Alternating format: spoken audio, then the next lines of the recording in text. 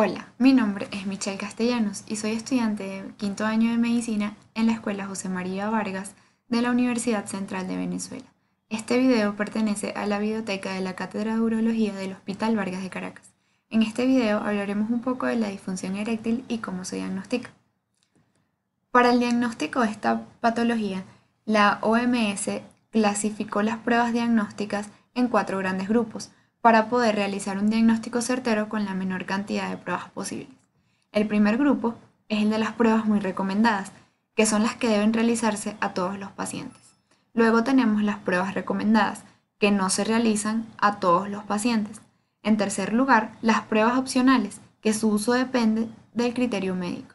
Y por último tenemos las pruebas especializadas, que se usan en pequeños grupos de pacientes y deben ser aplicadas por especialistas.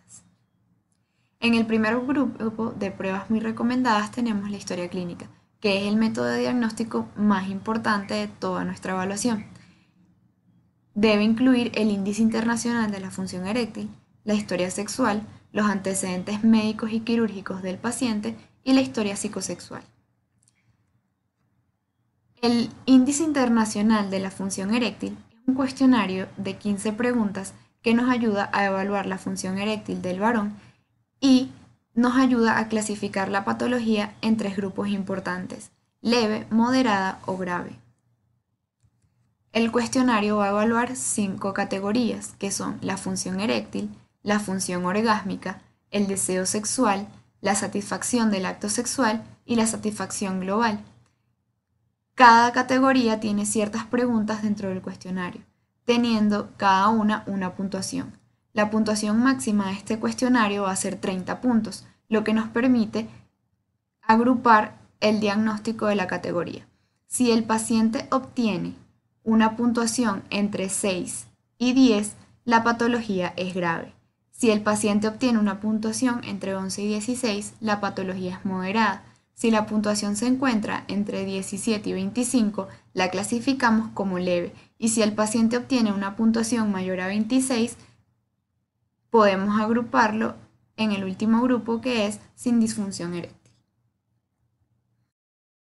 En la historia sexual del paciente vamos a evaluar el tiempo de evolución de los síntomas, cómo comenzaron, cómo han evolucionado, si la calidad de la erección permite llegar al coito con su pareja, la calidad de la erección en otras situaciones que no sea el acto sexual, si el deseo sexual del paciente es normal, está disminuido o ausente, cómo es la eyaculación, cuáles son las expectativas del paciente y de su pareja, cómo afecta esto su relación y si la pareja está dispuesta a realizarse pruebas también para colaborar con el diagnóstico, y si su pareja tiene alteraciones de la función sexual. Tenemos también la historia psicosexual del paciente, que nos va a orientar a clasificar la patología en 2 grupos. Si es de una causa orgánica, es decir, una patología de base que nos esté generando los problemas para la erección, o es alguna causa psicológica. Entonces vamos a evaluar la edad, el comienzo, el tiempo de evolución, cómo aparecieron los síntomas, si son constantes o varían, cómo es la erección extracoital del paciente y si tiene problemas psicosociales o problema de pareja, ansiedad y el miedo. La aparición de estos 3 últimos nos ayudan a clasificar la patología según si los problemas psicosociales aparecen antes de la patología, podemos decir que la patología es de origen psicológico. Si aparecen secundarios a la patología, la clasificamos como orgánica. Si el paciente tiene más de 50 años, nos orienta también a causas orgánicas y no a causas psicológicas.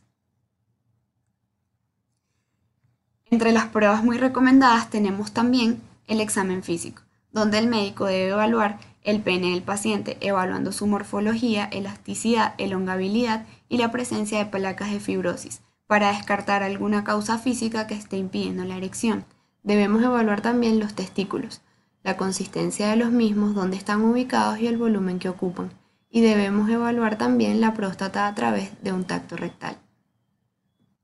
Debemos evaluar los caracteres sexuales del paciente, como el grado de androgenización, si tiene ginecomastia, su peso y talla, y si tiene algunas características físicas que nos indiquen patologías endocrinas. Debemos realizar una exploración vascular, como la toma de la presión arterial, la frecuencia cardíaca, los pulsos periféricos y los soplos vasculares. Debemos realizar también una exploración neurológica y buscar el reflejo anal superficial y el reflejo bulbocavernoso. Si estos están normales, descartamos inmediatamente alguna causa neurológica. En el segundo grupo tenemos las pruebas recomendadas, donde tenemos las pruebas analíticas, que son exámenes de sangre que nos van a permitir descartar patologías metabólicas que estén causando la disfunción eréctil, como la diabetes, la dislipidemia o el hipogonadismo. En estas pruebas vamos a realizar una glicemia basal, perfil lipídico y determinación de testosterona libre. También podemos realizar el antígeno prostático específico en pacientes mayores de 50 años. Luego tenemos las pruebas opcionales, donde podemos realizar un hemograma, podemos evaluar la función renal del paciente, la función hepática, la hormona luteinizante, debemos calcular la prolactina si la testosterona está disminuida o si el paciente tiene disminución de la libido, determinar las hormonas como TSH y T4 libre, el cortisol plasmático y libre en orina de 24 horas. Las pruebas analíticas y opcionales nos ayudan a descartar causas orgánicas que estén generando la patología. Luego vamos con el último grupo, que son las pruebas especializadas, donde debemos fijar un diagnóstico definitivo si la causa es orgánica o es psicológica. Por lo tanto, es bastante importante la realización de estas pruebas y deben ser aplicadas por especialistas y no se le realizan a todos los pacientes, solo aquellos que no se haya podido llegar a un diagnóstico definitivo con las pruebas anteriores. Entonces, las indicaciones de esta prueba son, como se dijo anteriormente, la diferenciación entre una causa psicógena o una causa orgánica. En pacientes jóvenes con historia de traumatismo pélvico, razones médico-legales o que el paciente así lo pida. Entre las pruebas especializadas tenemos las principales que van a medir la erección espontánea, donde se va a hacer un registro de la rigidez y tumescencia peniana nocturna, y un test de estimulación visual para descartar si el paciente tiene alguna causa psicológica o es orgánico. Luego seguimos con las pruebas donde vamos a evaluar el componente vascular y del músculo lisopeniano. Entonces tenemos inyección intravenosa de drogas vasoactivas que generen la erección, ecografía Doppler dinámica, donde vamos a evaluar la irrigación, la cavernosometría dinámica y la arteriografía pudenda interna.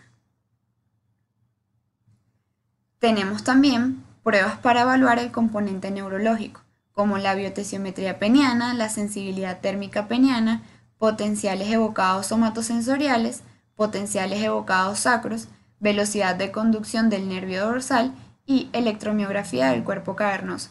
Es importante resaltar que no a todos los pacientes se le van a realizar todas estas pruebas descritas, sino son pruebas seleccionadas para cada uno de ellos. Muchas gracias por ver este video y no olviden suscribirse a nuestras redes sociales en Instagram como Uro Vargas y en Facebook como Uro Vargas Pregrado.